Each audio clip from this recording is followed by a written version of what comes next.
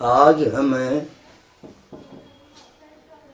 उस व्याधि के बारे में बता रहे हैं जो बहुत ज़्यादा दुखदाई है। वो व्याधि है कुष्ठ। कुष्ठ 18 प्रकार के होते हैं, जिनमें 7 कुष्ठ तो असाध्य होते हैं और 11 कुष्ठ साध्य होते हैं। असाध्य कुष्ठ भी 90% तक अगर कोई मेहनत के साथ दवाई उपयोग करे तो वो 90% ठीक हो जाते हैं, जो 7 असाध्य हैं। और 11 कुष्ठ ऐसे हैं जो साधारण दवाई से भी शांत हो जाते हैं। तो आज हम उन औषधियों के बारे में बतावांगे जो लेने से असाध्य भी 90% ठीक हो जाते हैं। वो जितनी भी उनकी व्याधि है, उनके उपद्रव हैं, वो तंग नहीं करते। क्योंकि कुष्ठ लगने से बहुत लंबे समय तक अनेक दवाई खा मरीज का दवाइयों से मन बढ़ जाता है और विश्वास उठ जाता है। 10 दिन किसी की दवाई ली, 15 दिन किसी की ली। क्योंकि कुष्ठ ऐसी बीमारी है कि लंबे समय तक उपचार करने से ही ये व्याधि शांत होती है। क्योंकि खून में बहुत भयंकर कीटाणु होते हैं, जब तक वो संपूर्ण शांत नहीं होते तब तक उस व्याधि से छुटकारा नहीं मिलता मरीज को। इसलिए लंबे समय तक दवाई लेनी चाहिए। अच्छा, दवाई बाजार में अनेक फार्मेसी बनाती हैं और हर एक शहर में वो दवाई प्राप्त हो गया है। आयुर्वेद औषधि बेचने वालों के सभी के पास वो दवाई मिल जाती है। वो दवाई है, ध्यान से सुनने की बात है, खदीरा रेस्ट। खदीरा रेस्ट सभी औषधि बेचने वालों के पास मिल जाता है। नंबर 2, गंधक रसायन, वो भी वहीं मिल जाती है। गंधक रसायन और खदीरा रेस्ट लाके लेने की विधि, भोजन करने के बाद खदीरा रेस्ट तल लाता है। जो शीशी आवे उसके ऊपर जो सील होती है डाटा, वो 3 डाटे किसी पात्र में, कप हो, बेलवी हो, प्याली हो, उसमें डाल के 3 डाटे, और 3 ही डाटे पानी के डालने चाहिए, समान भाग जल मिला के। और 2 गोली गंधक रसायन की मुंह लेके उस पानी के साथ घूट भर जाओ। ये दोनों समय भोजन के बाद दोनों टाइम लेना चाहिए। और ज्यादा खुजलाहट है तो तेल लगाना चाहिए।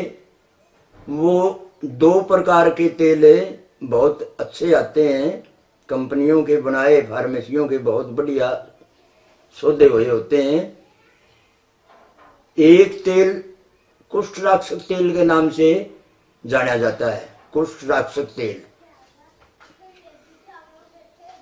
नंबर 2, सोमराजी तेल। सोमराजी तेल के नाम से जाना जाता है। जहां भी कुष्ठ के चकते हैं वहां मालिश करने से खुजलाहट शांत हो जाए और चर्म के ऊपर जो कीटाणु हैं उनको मार देता है वो तेल। अगर किसी को एक औषधि का पता है, उसको बोलते हैं अमरबेल। अमरबेल झाड़ियों पे, वृक्षों पे पीले कलर की होती है वो। अगर कोई उसमें स्नान करे उबाल के तो उससे भी मतलब ऊपर की जो चर्म है वो जिसको कंडू ज्यादा अकाल करता है, उसमें स्नान करने से भी शांत हो जाता है। और ये औषधि कम से कम 90 दिन तक ही लेनी चाहिए, 3 महीने। नंबर 2, परहेज करना भी जरूरी है, क्योंकि परहेज भी एक औषधि है। इस इलाज में मेसी रोटी खानी चाहिए।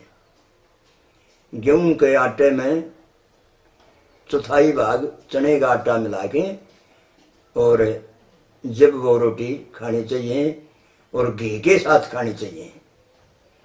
ताया घी भैंस का हो, गऊ का हो, तो उससे बीमारी के ऊपर बहुत जल्दी कंट्रोल होता है।